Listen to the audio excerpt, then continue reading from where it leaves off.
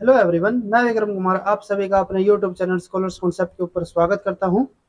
Inheritance biology unit का आज हमारा 25th लेक्चर है और बैक्टीरियल जेनेटिक्स से रिलेटेड आज हमारा 4th लेक्चर है। लास्ट लेक्चर के अंदर हमने ट्रांसफॉर्मेशन के बारे में पढ़ा था और उससे पहले हमने कंजुगेशन के बारे में पढ़ा था।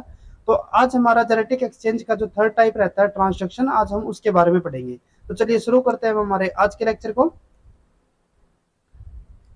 क्योंकि आज हम ट्रांसडक्शन के बारे में पढ़ रहे हैं तो इसके बारे में मैंने पहले भी बताया था कि ट्रांसडक्शन हमारी क्या होती है। Transduction is a method of genetic transfer in which a bacteriophage carry DNA from one bacterium to another inside the bacterium. The newly introduced DNA may undergo recombination with the bacterial chromosome. तो इसके अंदर क्या होता है हमारा कि जो transduction process है इसके अंदर जो जेनेटिक एक्सचेंज है या फिर जो जेनेटिक ट्रांसफर हो रहा है, जेनेटिक मटेरियल का जो ट्रांसफर होगा वो किसके थ्रू होगा, वो बैक्टीरियोफेज के थ्रू होगा, यानी कि बैक्टीरिया वायरस के थ्रू होगा, बैक्टीरियल वायरस के थ्रू। जैसे कि हमने यहाँ पे डायग्राम के थ्रू बताया हुआ है कि ट्रांसडक्शन प्रोसेस के अंदर क्या रहता है कि जैसे कि हमारा ओरिजिनल इनिशियल हमारा कोई बैक्टीरिया वन था, ठीक है। इसके ऊपर क्या होता है, वायरस अटैक करता है। अटैक करके यहाँ पे क्या करेगा, ये जो अपना इसका खुद जो बैक्टीरियोफेज का जो डीएनए होगा वो इसके अंदर इंसर्ट हो जाएगा।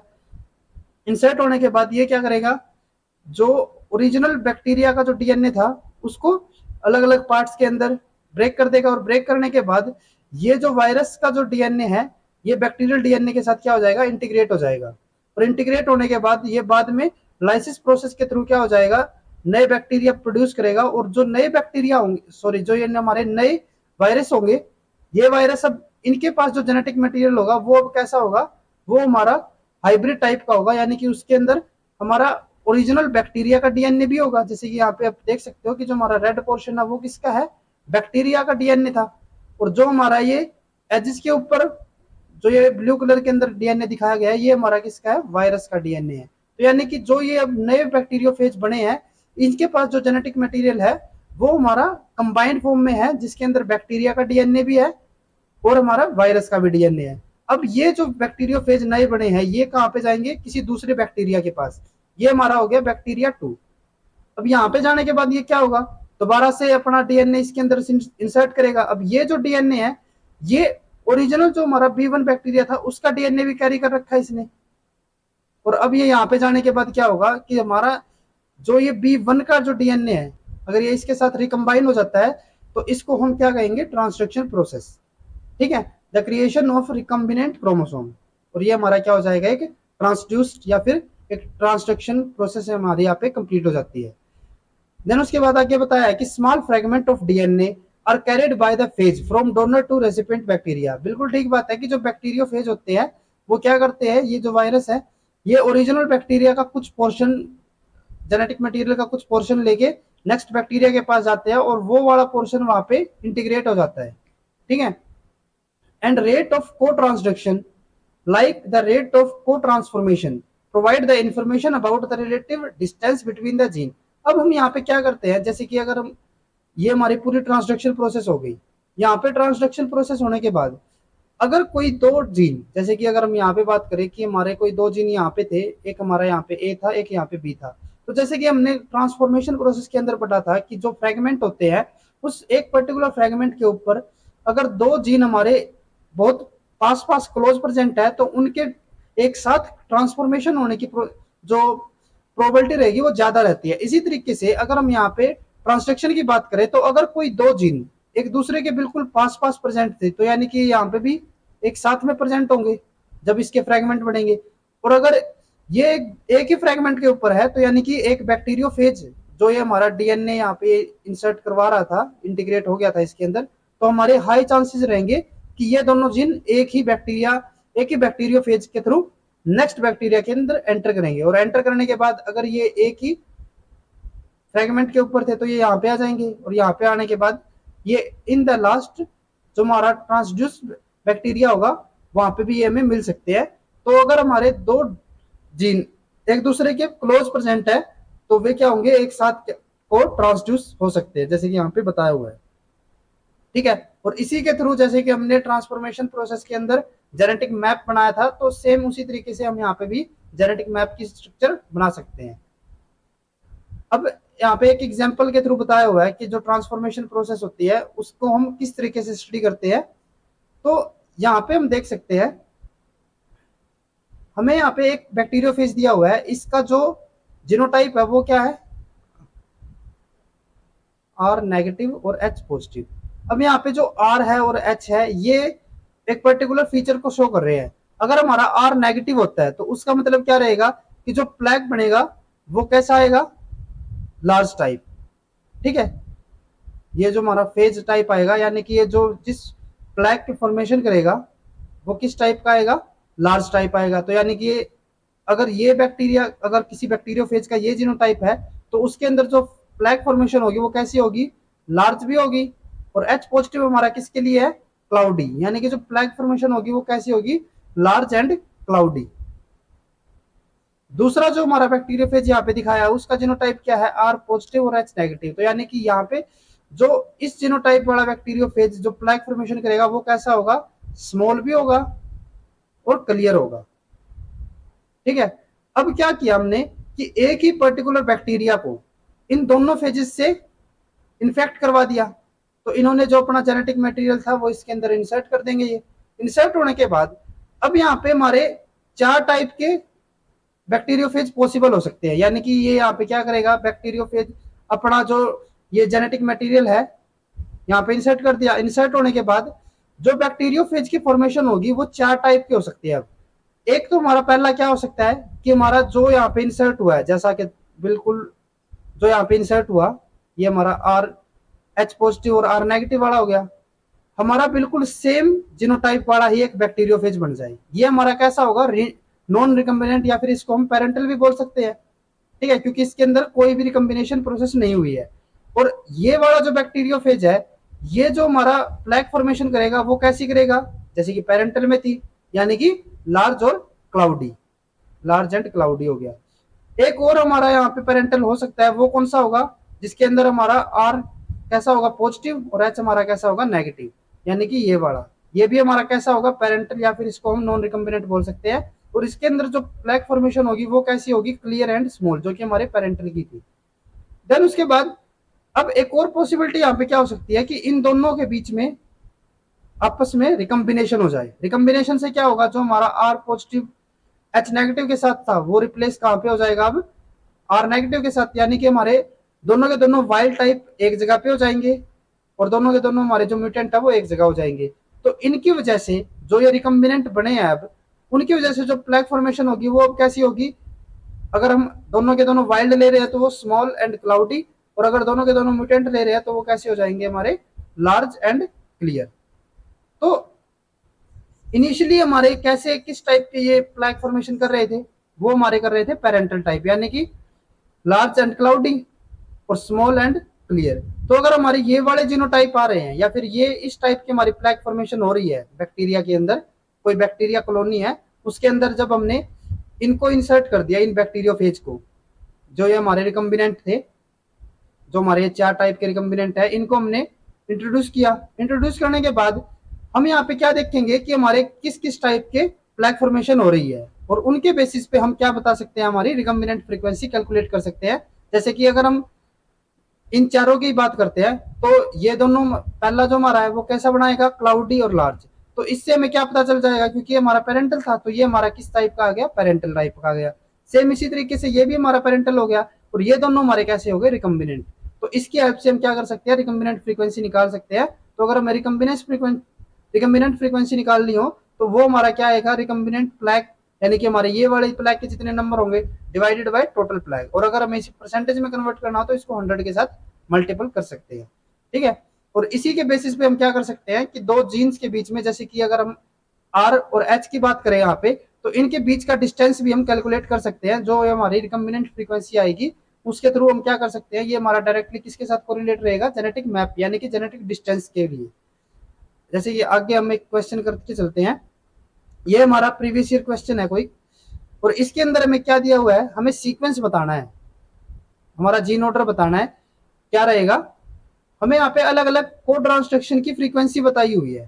फ्रीक्वेंसी यानी कि ये कितने परसेंट कोड ट्रांसड्यूस हो रहे हैं। तो अगर हम ए के कंसर्न में बात करें तो ए हमारा बी के साथ ट्रांसडक्शन की कितनी फ्रीक्वेंसी शो कर रहा है 31, जो कि एक अच्छी है। यानी कि यहाँ पे आपको एक चीज ध्यान में रखनी है कि जितनी ज्यादा हमारी फ्रीक्वेंसी होगी, high frequency closer they are, ठीक है।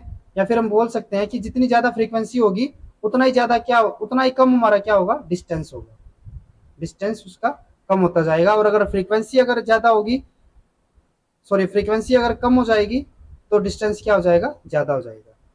तो अगर यहाँ पे हम इन दोनों की बात करते हैं तो ए और बी की फ्रीक्वेंसी कितनी आ रही है 31, ए और सी की सिर्फ 3। तो यहाँ पे एक चीज हमें पता चल रही है कि ए और सी का डिस्टेंस ज्यादा ही मिलेगा, ठीक है, एज कंपेयर टू ए और बी।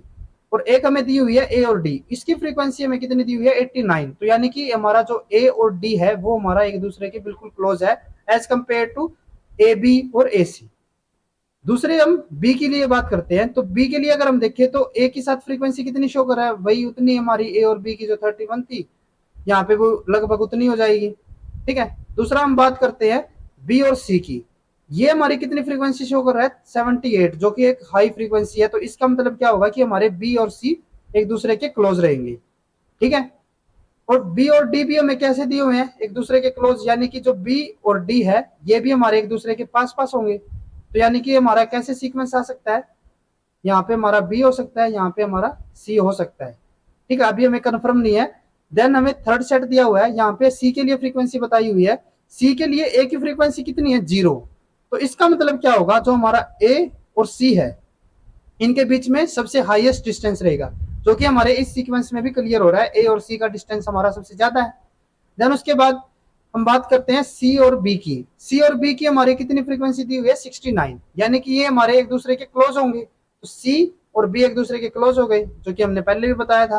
और सी और डी भी हमारे एक दूसरे के क्लोज है, 43 हमारे यहाँ पे आ रही है। तो इसका मतलब क्या रहेगा कि जो हमारा सी और डी है वो एज कंपेयर टू सी और ए आपस में एक दूसरे के ज्यादा नजदीक रहेंगे, और सी और बी के कंपेयर में इनका डिस्टेंस ज्यादा भी होगा, क्योंकि इनकी फ्रीक्वेंसी कम है तो यानी कि डिस्टेंस ज्यादा रहेगा। तो हमारा यही सीक्वेंस यहाँ पे आ जाता है ए डी बी सी। तो अगर हम ऑप्शन को देखें तो ये हमारा गलत है। क्यों, क्योंकि देखो यहाँ पे ए और सी आपस में एक दूसरे के पास दिखाए हुए हैं, लेकिन ए और सी की जो फ्रीक्वेंसी है वो 0 आनी चाहिए, तो ये तो हमारा गलत हो गया।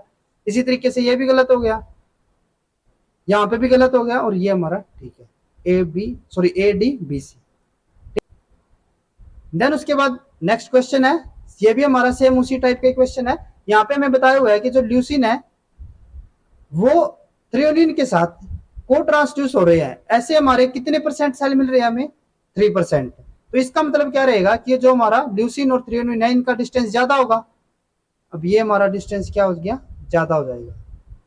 अब ये हमारा इस तरफ भी हो सकता है और दूसरी तरफ भी हो सकता है, दोनों पॉसिबिलिटी है। जबकि जो ए आर ए के साथ इसका जो फ्रीक्वेंसी है वो कितनी आ रही है, हाई फ्रीक्वेंसी, यानी कि इनका जो डिस्टेंस होगा वो कम होगा। तो अगर हम मान के चलते हैं कि थ्रियोनिन हमारा इस तरफ है, तो हमारा जो ए आर ए होगा वो हमारा इस तरफ भी हो सकता है और इस तरफ भी हो सकता है। तो यानी कि ए आर ए हम यहाँ पे भी मान सकते हैं और यहाँ पे भी, ठीक है, क्योंकि इनकी फ्रीक्वेंसी ज्यादा थी, यानी कि इनका डिस्टेंस क्या होगा, कम हो जाएगा। दूसरी तरफ अगर हम बात करते हैं थ्रियोनिन की, तो उसकी ल्यूसिन के साथ फ्रीक्वेंसी क्या दी हुई है, कम दी हुई है। ये तो हमने पहले बता दिया कि थ्रियोनिन और ल्यूसिन की फ्रीक्वेंसी कम ही है, तो यानी कि इनका डिस्टेंस ज्यादा होगा। और जो ए आर ए है उसकी फ्रीक्वेंसी ल्यूसिन के कंपेयर में भी क्या बताई हुई है, और भी कम।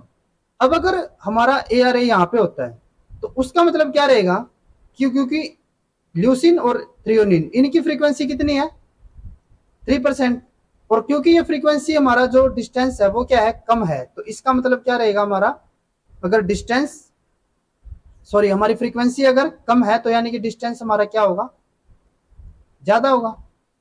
और फिर हमें बताई हुई है अरे ए आर ए और थ्रियोनिन के लिए, तो अगर हम इनकी फ्रीक्वेंसी देखें वो में कितनी दी हुई है 0%। तो 0% ये तो इससे भी कम हो गया, तो इसका मतलब क्या होगा कि इनका जो डिस्टेंस होगा वो हमारा पहले वाले से भी ज्यादा हो जाएगा। तो वो हमारा कब पॉसिबल है, जब ये हमारा ए आर ए दूसरी तरफ प्रेजेंट होगा, तो हमारा ए आर ए इस तरफ होगा, तो हमारा मैप क्या आ जाएगा, ये मैप आ जाएगा, ठीक है। देन उसके बाद हम बात करते हैं नेक्स्ट क्वेश्चन की। यहाँ पे हमें रिकम्बिनेशन फ्रीक्वेंसी कैलकुलेट करनी है। जो हमारे पेरेंटल है वो किस टाइप के दिए हुए हैं, एच पॉजिटिव R13 नेगेटिव, और ये हमारे एच नेगेटिव R13 पॉजिटिव। तो यानी कि हमारा ये वाला क्या होगा, पेरेंटल, और ये भी हमारा क्या हो जाएगा, पेरेंटल। ये दोनों पेरेंटल हो गई, ये हमारा रिकम्बिनेंट है और ये भी हमारा रिकम्बिनेंट है। तो रिकम्बिनेंट फ्रीक्वेंसी हमारी क्या आएगी, अगर हम R13 और H के लिए बात करें तो इसकी रिकम्बिनेंट फ्रीक्वेंसी क्या आएगी, रिकम्बिनेंट हमारे जितने भी आए हैं, कितने आए हैं हमारे रिकम्बिनेंट, 1 + 2 यानी कि 3 डिवाइडेड बाय टोटल कितने आए, ये 216। ठीक है, तो अगर हम इसको सोल्व करते हैं तो ये हमारा आ जाता है 0.014 के अराउंड। ठीक है, और अगर हम इसको परसेंट में कन्वर्ट करते हैं तो ये हमारा हो जाएगा 1.4%। दूसरी तरफ अगर हम बात करें R2 और H के लिए, तो इनकी अगर हम फ्रीक्वेंसी देखते हैं तो ये कितनी आ रही है, पहले हम पेरेंटल को सिलेक्ट करते हैं, H पॉजिटिव और R2 नेगेटिव।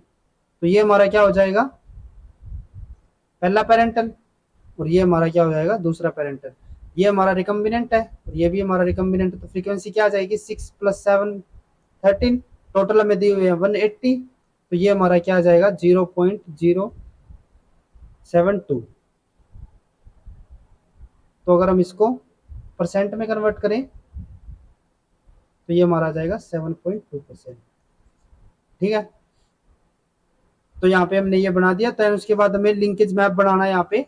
तो अगर हम इसका मैप बनाते हैं तो क्या आएगा, हमारा जो हमारा H है वो हमारा R13 के क्या है, उनका जो डिस्टेंस है वो कितना है, कम है, यानी कि हमारा R13 यहाँ पे है, और जो हमारा R2 होगा उसका डिस्टेंस ज्यादा होगा। ठीक है, ये हो गया हमारा। देन उसके बाद नेक्स्ट क्वेश्चन पे आते हैं। सेम हमें यहाँ पे बताना है, हमें यहाँ पे रिकम्बिनेंट फ्रीक्वेंसी कैलकुलेट करनी है। अब हमें पेरेंटल को पहले सिलेक्ट करना पड़ेगा, हमारा पेरेंटल कौन सा है, पेरेंटल हमें दिए हुए हैं दोनों के दोनों जब हमारे म्यूटेंट हो, तो यानी कि एक हमारा ये पेरेंट है और दूसरा हमारा ये वाला पेरेंट है, जब हमारे दोनों के दोनों वाइल्ड हो। और ये हमारे क्या हो जाएंगे, रिकम्बिनेंट, ये हमारा पेरेंटल, ये हमारा पेरेंटल। तो हमें क्या बतानी है, रिकम्बिनेशन फ्रीक्वेंसी कैलकुलेट करनी है। तो पहले हम दोनों को ऐड करेंगे, तो रिकम्बिनेंट फ्रीक्वेंसी क्या आ जाएगी, ये 6, इन दोनों को ऐड करने पे हमारा 677 आ रहा है, और इनको अगर हम टोटल कर रहे हैं तो ये हमारा आ रहा है 4854, और इसकी जो हमारी फ्रीक्वेंसी आएगी वो आ जाएगी हमारी 0.139। और अगर हम इसको परसेंट में कन्वर्ट करते हैं तो ये हमारा आ जाएगा 13.9%। ठीक है, देन उसके बाद नेक्स्ट में यहाँ पे क्वेश्चन दिया हुआ है, यहाँ पे हमें बताया हुआ है कि जो हमारा ये टेबल दी हुई है और यहाँ पे हमें अलग अलग कॉम्बिनेशन दी हुई है। जैसे कि अगर हम आर्जिनिन की बात करते हैं तो आर्जिनिन ग्लैक्टोज के साथ को ट्रांसड्यूस हो रहा है। अगर यहाँ पे पॉजिटिव है तो यानी कि को ट्रांसड्यूस हो जाएगा, और अगर यहाँ पे नेगेटिव है तो इसका मतलब क्या होगा कि ल्यूसिन और ग्लैक्टोज हमारा को ट्रांसड्यूस नहीं होगा। ठीक है, तो अगर हम पहले आर्जिनिन की बात करते हैं, हमारा जो आर्जिनिन है वो हमारा ग्लैक्टोज के साथ को ट्रांसड्यूस हो रहा है। ठीक है, तो यानी कि ये दोनों एक दूसरे के नजदीक होंगे। फिर हम बात करते हैं ग्लैक्टोज और ल्यूसिन की, तो ये हमारे को ट्रांसड्यूस नहीं हो रहे, तो हम इसके लिए यहाँ पे कंफर्म नहीं बता सकते कि हमारा ल्यूसिन कहाँ पे होगा। ठीक है, यानी कि क्योंकि को ट्रांसड्यूस तो हो नहीं रहे, तो हमें इतना कंफर्म हो गया कि ये इसके नजदीक तो नहीं है, दूर ये कहीं पे भी हो सकता है, इस तरफ भी हो सकता है और इस तरफ भी हो सकता है। देन उसके बाद STR के लिए बताया हुआ है, STR भी इसके साथ को ट्रांसड्यूस हो रहा है, तो यानी कि हमारा जो ग्लैक्टोज है वो हमारा आर्जिनिन के साथ और STR दोनों के नजदीक रहेगा, यानी कि इन दोनों के बीच में हो सकता है। देन उसके बाद मिथाइल के लिए बताया हुआ है, यहाँ पे मिथोनिन के लिए ये इसके साथ को ट्रांसड्यूस नहीं हो रहा, तो ये भी हमारा किसी तरफ भी हो सकता है। अब हम आते हैं ऑप्शंस के ऊपर। अगर हमें यहाँ पे यही पता चल गया कि जो ग्लैक्टोज है वो हमारा आर्जिनिन और STR के साथ होना चाहिए। तो अगर यहाँ पे देखें हम, तो ग्लैक्टोज हमारा STR के साथ तो दिया है, लेकिन ल्यूसिन के साथ दे रखा है यहाँ पे, लेकिन ल्यूसिन के साथ तो ये हमारा को ट्रांसड्यूस हो ही नहीं रहा, तो यानी कि ऑप्शन हमारा इनकरेक्ट हो गया। देन उसके बाद ग्लैक्टोज यहाँ पे हमें बताया हुआ है सिर्फ STR के साथ, तो ये भी हमारा ऑप्शन गलत हो जाएगा। देन उसके बाद हमारा जो ग्लैक्टोज है वो किसके साथ बताया हुआ है, मिथ्योनिन, मिथ्योनिन के लिए तो ये हमारा नेगेटिव था, तो ये भी हमारा ऑप्शन गलत हो जाएगा। और जो हमारा फोर्थ ऑप्शन होगा इसके अंदर हमारा ग्लैक्टोज है वो आर्जिनिन और STR दोनों के साथ दिखाया हुआ है, यानी कि ये हमारा ऑप्शन करेक्ट होगा। बाकी हम इसको और वेरीफाई कर सकते हैं, जैसे कि अगर हम ल्यूसिन की बात करें, ND यानी कि ये नॉन डिफाइंड है, तो इसके लिए हम कुछ नहीं कह सकते। इसी तरीके से ल्यूसिन, ये तो एक साथ ही हो गए, तो इनकी तो कुछ बात ही नहीं होगी। ल्यूसिन अगर हम STR के साथ देखें तो ये को ट्रांसड्यूस हो रहा है, तो यानी कि जो हमारा ल्यूसिन होगा वो एस के पास ही होगा। और अगर हम फोर्थ कॉम्बिनेशन में देखें तो हमारा एस और ल्यूसिन एक साथ है। और इसी तरीके से जो हमारा ल्यूसिन होगा वो मिथियोनिन के पास भी है, तो यानी कि हमारा जो ल्यूसिन है वो एस और मिथियोनिन के बीच में मिलेगा। तो हमारा जो ल्यूसिन है वो एस और ल्यूसिन के बीच में हो गया। इसी तरीके से आर्जिनिन की बात करें तो यहाँ पे तो ये कुछ दे नहीं रखा। एस की अगर हम बात करते हैं तो ये हमारा ल्यूसिन के साथ है, तो एस हमारा ल्यूसिन के साथ है, तो हमारा फोर्थ जो ऑप्शन है वो हमारे पे करेक्ट हो जाता है। आज के लेक्चर में बस इतना ही। नेक्स्ट जो हमारा लेक्चर होगा उसके अंदर हम हैप्लॉइड्स के अंदर लिंकेज और मैपिंग के बारे में पढ़ेंगे। आज का लेक्चर अगर आपको हमारा यूजफुल लगा हो तो please like and share this video. और लाइफ साइंस से रिलेटेड इसी तरीके के कॉन्सेप्ट करने के लिए please subscribe to our YouTube channel scholars concept. Thank you.